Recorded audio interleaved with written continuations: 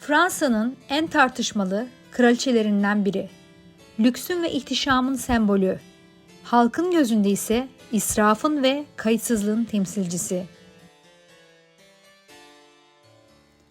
Marie Antoinette, birçok efsane, rivayet ve yanlış anlamlarla çevrilmiş olsa da onun hayatı sadece Fransız devrimiyle değil, tüm Avrupa tarihindeki en ilginç dönüşümlerden biriyle şekillenmiştir.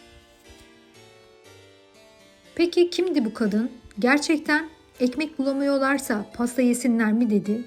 Neden bu kadar nefret edildi?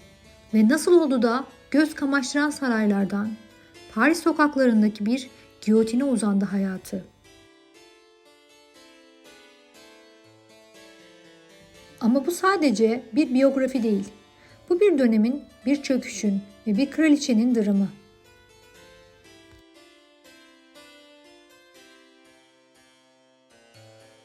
Marie Antoinette 2 Kasım 1755'te Viyana'da doğdu.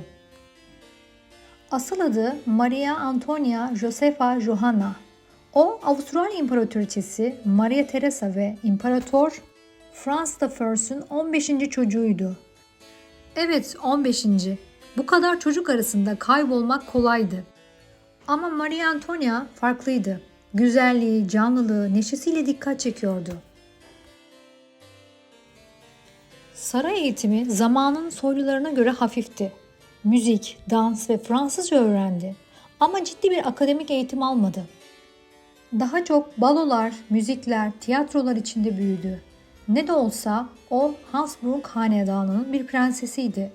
Geleceği çoktan çizilmişti. Ama onun o neşeli, biraz vurdum duymaz halleri yüzünden ciddi bir eğitim alamadı. Hatta Fransızca aksanı hayatının sonuna kadar eksik kalacaktı. Ve karakteri, hayalciydi, eğlenmeyi severdi. İçinde hep çocuk kalmış bir kadın gibiydi. Ama bu masumiyet çok geçmeden acımasız bir dünyanın içinde sınanacaktı. O dönem Avrupa'daki evlilikler iki insanın aşkı için değil, devletlerin çıkarları için yapılırdı.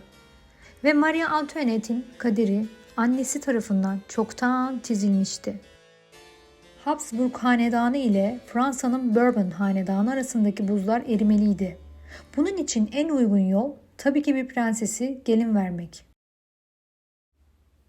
Ve 14 yaşındaki Mary, Fransa'nın 15 yaşındaki Veliaht Prensi Louis Auguste ile nişanlandı. Ama onun için bu bir düğün değil, her şeyin değiştiği bir vedaydı. Annesiyle, ailesiyle, doğup büyüdüğü Viyana ile vedalaştı. Fransa sınırında Avustralya giysilerini çıkarıp Fransız tarzıyla giydirildi. O an adeta bir sahne dekoru değişti. Yeni adı artık Marie Antoinette'ti.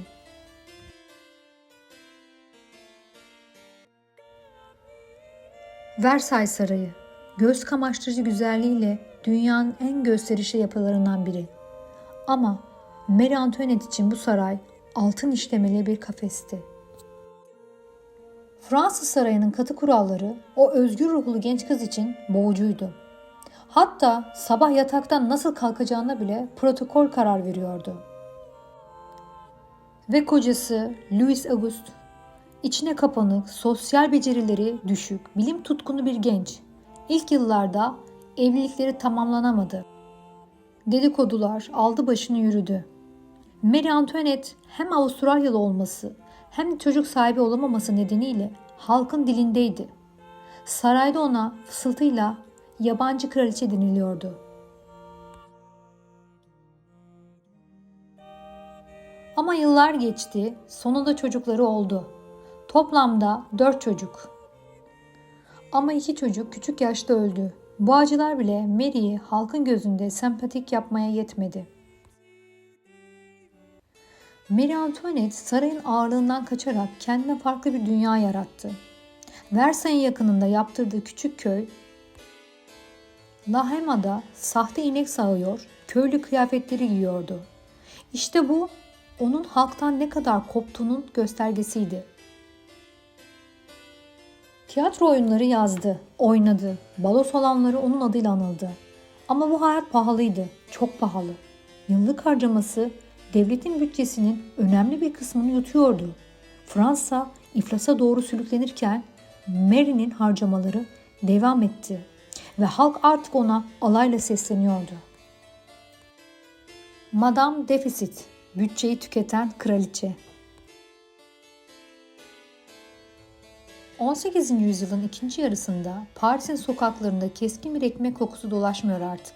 Fırınlar boş, raflar sessiz. Anneler çocuklarının gözlerinin içine bakıyor. Ama o gözlerde umut değil, açlık var. Kraliçe Marie Antoinette, Versailles'in kristal avizelerinin altında ihtişamlı süzülürken birkaç kilometre ötedeki halk hayatta kalmanın sınırlarında yaşıyor. Fransa, bir zamanların Avrupa'sındaki kültürün, zarafetin ve gücün simgesi. Ama artık o zarafetin altında çürümeye yüz tutmuş bir sistem var. Dev bir buzdağı gibi. Yukarıdan bakınca pürüzsüz, gösterişli ama altı derin çatlaklarla dolu. Kraliçe tahta çıktığında Fransa halkı çoktan yorgundu. Savaşlar ülkeyi tüketmişti. 7 yıl savaşları, Amerikan Bağımsızlık Savaşı'na verilen devasa maddi destek. Devlet hazinesi adeta bir delikten su sızdırır gibi boşalıyordu. Ama halk bunu sormuyordu artık. Çünkü onların gündeminde vergi vardı, açlık vardı, sefalet vardı. Toplumun büyük çoğunluğu olan köylüler yani 3. sınıf neredeyse tüm vergiyi onlar ödüyordu. Oysa soylular ve kilise ilk ve 2. sınıf neredeyse hiçbir yük taşımıyordu. Köylü hem kralına hem de derebeyine hem kiliseye borçluydu. Doğar doğmaz başlıyordu borç takvimi. Ve tüm bunlar olurken sarayda maskeli balolar düzenleniyordu. Altın işlemeleri elbiseler, ithal mücevherler, göz kamaştırıcı peruklar. Versailles Sarayı bir ülkenin yaşadığı gerçeklikten izole, adeta başka bir evrendi. Kraliçenin yeni moda ayakkabıları Paris'teki 10 ailenin bir yıllık ekmek masrafına eşdeğerdi. Halk sadece aç değildi, unutulmuştu. Yönetimden, adaletten, insaniyetten koparılmıştı. Fransa artık bir uçurumun kenarındaydı ve kimse, hele ki saray, aşağıya ne kadar yakın olduklarının farkında değildi. Fransa yanıyordu ama sarayda mumlar sönmüyordu. Paris sokaklarında insanlar ekmek kuyruğunda saatlerce beklerken Versailles Sarayı'nda gümüş tabaklarda kaz ciğeri servis ediliyordu. Ve o sofranın en başında genç ve güzel kraliçe Marie Antoinette oturuyordu. Sadece bir yıl içinde 300'e yakın elbise sipariş etti. Her biri en ince kumaşlarla özel Fransız ve Venedik dantelleriyle işlendi. Saçlarına taktığı mücevherli tokalar bir çiftin 10 yıllık gelirine eşdeğerdi. Modaya olan düşkünlüğü o kadar ileriye gitmişti ki saçlarına savaş gemisi maketi yerleştirdiği bile oldu. Kraliçe adeta bir moda ikonu ama halkın için bir israf sembolüydü. Ve bu umursamazlık halkın yüreğine bir kor gibi düşüyordu. Her yeni elbise, her yeni ziyafet, her yeni saray dekorasyonu bir çocuk daha aç yatıyordu o gece. Marie Antoinette belki kötü niyetli değildi ama halkın yaşadığı gerçekten o kadar uzaktaydı ki yaptığı her şey bir hakaret gibi algılanıyordu. Ve işin en acı tarafı o sadece bir semboldü. Asıl sorun onunla birlikte çürümüş bir düzenin varlığıydı. Yıl 1787. Fransız köylüsü toprağını sürmeye çalışıyor ama yer kupkuru, gökyüzü dualarla dolu ama yağmur yok. Bu kıtlığın 3. yılı. Tahıl üretimi düşmüş, ekmek fiyatı katlanmış. Artık bir somun ekmek bir işçinin birkaç günlük maaşına denk geliyor ve insanlar ne ekmeğin fiyatını düşünebiliyor ne de kaderlerini değiştirebiliyor. Oysa Fransa bir tarım ülkesiydi ama toprak sadece birkaç zengin aileye aitti. Halk toprağı işler, ürününü kaldırır, vergisini verir ama hasadın çoğu elinden alınır. Hem de 3 farklı yerden: krala vergi, kiliseye ondalık, soylulara feodal haklar ödenir. Kendi tarlasından çıkan buğdayı kendisi satın almak zorunda kalır. Çoğu zaman bu nasıl bir adalet olabilir? Fransız halkı artık sadece yoksul değil, öfkelidir. Sarayın gözünde alt sınıf olan bu insanlar aslında ülkeyi ayakta tutan ellerdir. Ama o eller artık nasırla değil, zincirle kaplıdır. Saray halkın sesini duymuyordu. Çünkü sarayda müzik hiç susmuyordu. Marie Antoinette, Trinan'da özel tiyatrolar kurduruyor, köy temalı oyunlar oynuyordu. İronik bir sahneydi bu. Kraliçe bir köylüyü canlandırıyor.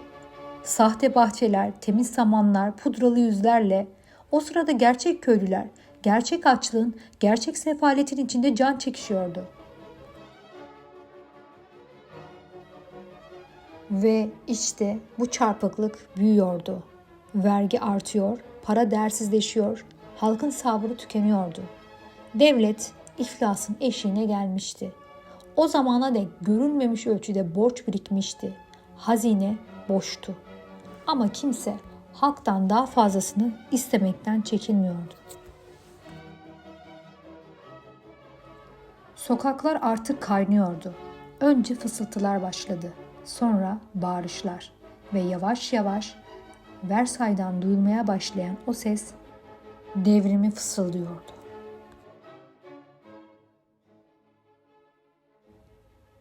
...1785 yazı. Versay Sarayı'nın mermer koridorlarında fısıltılar dolaşıyor. Adeta görünmez bir yangın gibi. Sessiz ama yakıcı.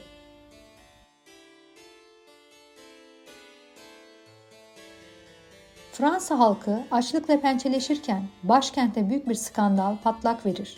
Bir kolye. Ama öyle herhangi bir mücevher değil. Tam 2800 elmas taşıyan, bugünkü değeriyle milyonlarca euro eden bir servet boyutunda bir kolye. Ve bu kolye Kraliçe Marie Antoinette'in adıyla anılmaya başlar.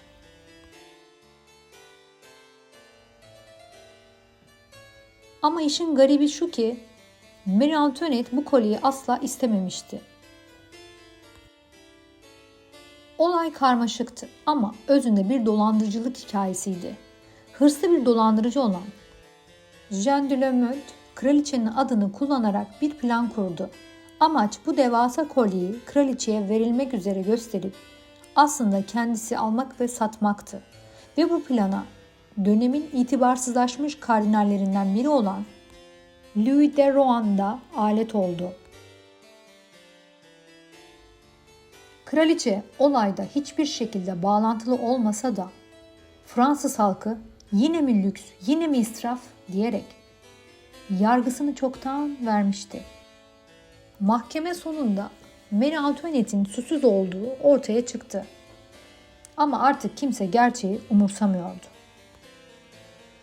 Çünkü mesele bir kolye değildi. Mesele halkın kırılan güveniydi. Çığ gibi büyüyen öfkesiyle. Bırakın pasta yesinler. Söyledim mi gerçekten bilinmez.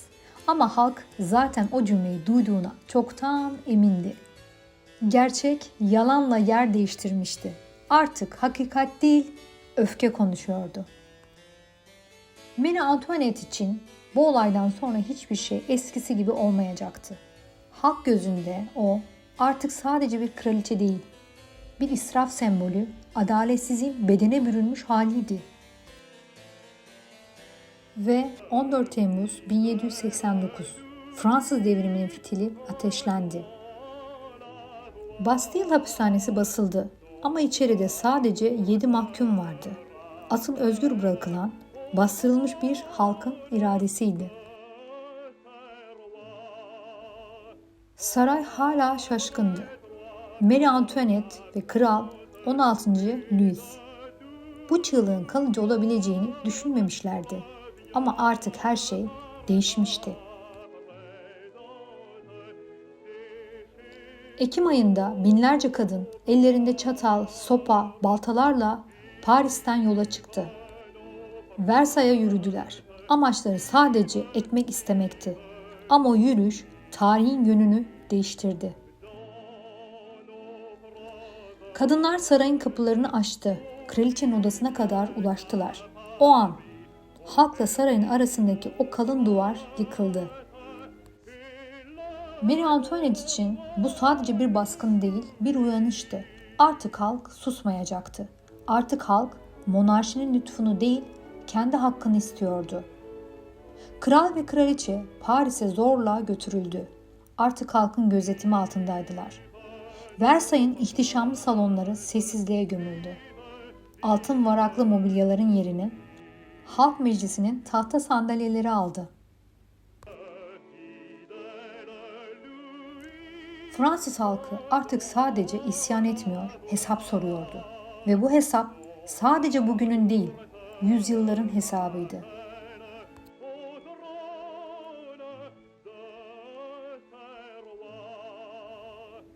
Zaman geçtikçe Versay'ın ışıltısı soldu.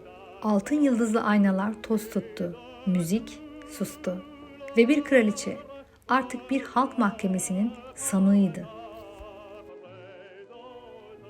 1792 yılında krallık resmen kaldırıldı. Kral 16. Louis halkın gözünde artık bir vatandaştı. Ve Marie Antoinette de öyle.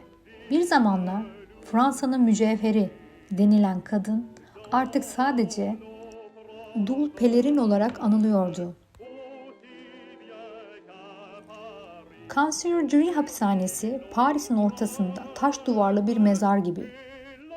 Marie Antoinette burada günlerce yalnız kaldı. Bir zamanlar hizmetçiler, müzisyenler, kuyumcularla çevrili olan kadın, şimdi bir taht-ı revan yerine soğuk bir taş yatağa mahkumdu.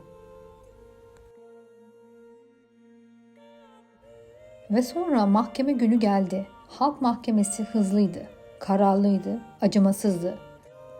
Kraliçeye hainlik, israf ve hatta kendi oğluna istismarda bulunmak gibi suçlamalar yöneltildi.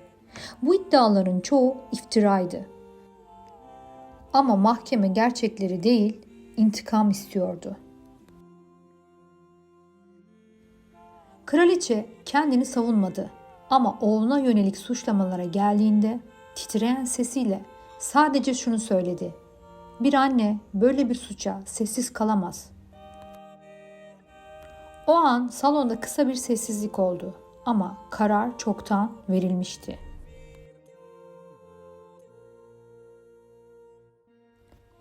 ...16 Ekim 1793 sabahı Marie Antoinette beyaz bir elbise giydi. Saçları kazındı, elleri bağlandı. Saray arabalarıyla değil, açık bir at arabasıyla halkın önünden geçirilerek giyotin kurulu olduğu meydana götürüldü. İşte o an, koca bir çağın bittiği andı. Kraliçe giyotine adım attı. Celladın ayağına bastığında son sözleri sadece şuydu: "Affedin bayım, istemeden yaptım." Ve sonra bir ses, bir düşüş ve sessizlik.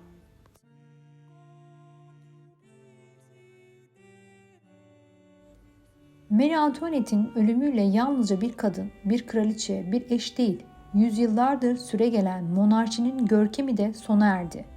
Onun düşüşü sadece bireysel bir trajedi değil, bir sistemin çöküşünün sembolüydü. Ve tarih o günden sonra bir daha asla eskisi gibi yazılmadı. Marie Antoinette öldü ama geride bıraktığı soru işaretleri, çelişkiler ve anılar hala yaşıyor. Birileri için o lüks düşkünü, sorumsuz bir kraliçeydi. Bir başkası için siyasetin ve öfkenin ezdiği bir trajediydi. Tarih onu yıllarca acımasızca yargıladı. Dillerden düşmeyen alıntılar, çarpıtılmış sözler, ön yargılar. Pasta yesinler dedi mi bilinmez ama halkın açlığı karşısında sessiz kaldığı kesindi. Bugün onun adını duyduğumuzda hala bir tartışma başlar. Masum muydu, suçlu muydu? Zalim miydi, sadece savrulmuş bir figür mü? Belki de cevabı hala arıyoruz. Beğenmeyi ve abone olmayı unutmayın. Bir sonraki hikayede görüşmek üzere. Hoşça kalın.